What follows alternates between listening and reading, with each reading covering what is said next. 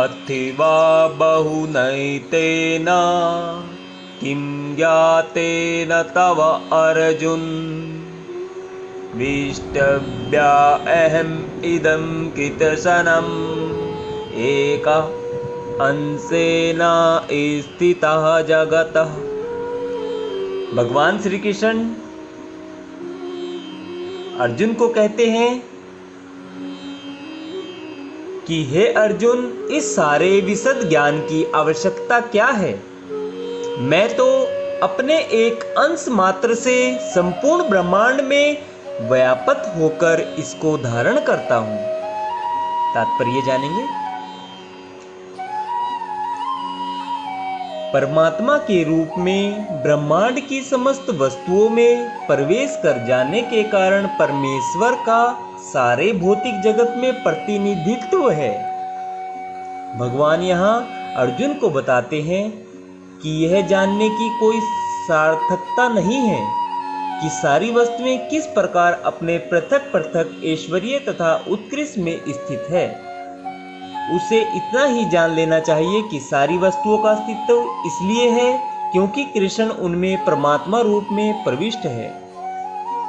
ब्रह्मा जैसे विराट जीव से लेकर एक क्षुद्र चींटी तक इसलिए विद्यमान है क्योंकि भगवान उन सब में प्रविष्ट होकर उनका पालन करते हैं।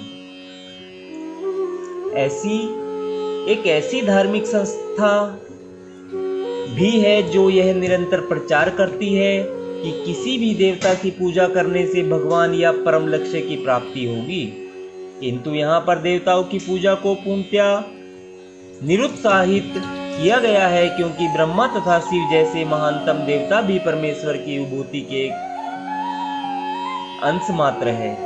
वे समस्त उत्पन्न जीवों के उद्गम हैं और उनसे बढ़कर कोई भी नहीं है।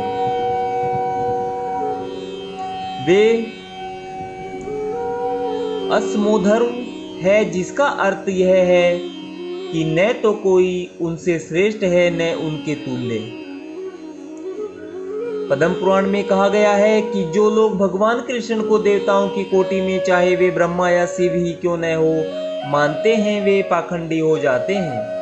किंतु यदि कोई ध्यानपूर्वक कृष्ण की विभूतियों या उनकी शक्ति के अंशों का अध्ययन करता है तो वह बिना किसी संशय के भगवान कृष्ण की स्थिति को समझ सकता है और अविचल भाव से कृष्ण की पूजा में स्थिर हो सकता है। भगवान अपने अंश के विस्तार से परमात्मा रूप में सर्वव्यापी है, जो हर विद्यमान वस्तु में प्रवेश करता है। अतः शुद्ध भक्त पूर्ण भक्ति में कृष्ण भावनामृत में अपने मनों को एकाग्र करते हैं, अतएव वे नित्य दिव्य पद में स्थित रहते हैं। इस अध्याय के श्लोक 8 से 11 तक कृष्ण की भक्ति तथा पूजा का स्पष्ट संकेत है। शुद्ध भक्ति की यही विधि है। इस अध्याय में इसकी भली भांति व्याख्या की गई है कि मनुष्य भगवान की संगति में किस प्रकार चरम भक्ति सिद्धि प्राप्त कर सकता है। कृष्ण परंपरा के महान आचार्य श्रील बलदेव विद्याभूषण इस अध्याय की टीका का समापन इस कथन से करते हैं।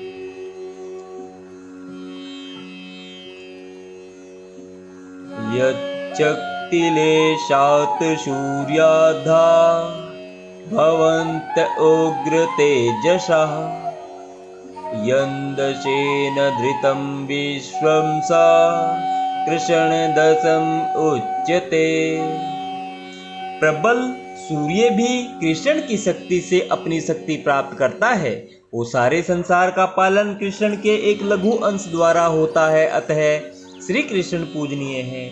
इस प्रकार श्रीमद् भागवत गीता के 10वें अध्याय श्री भगवान का ऐश्वर्य का भक्ति वेदांत तात्पर्य पूर्ण हुआ। राधे राधे भक्तजनों, राधे राधे, जय श्री कृष्णा। आज हमने श्रीमद् भागवत गीता के अध्याय 10 के श्लोक नंबर 42 का आनंद लिया है।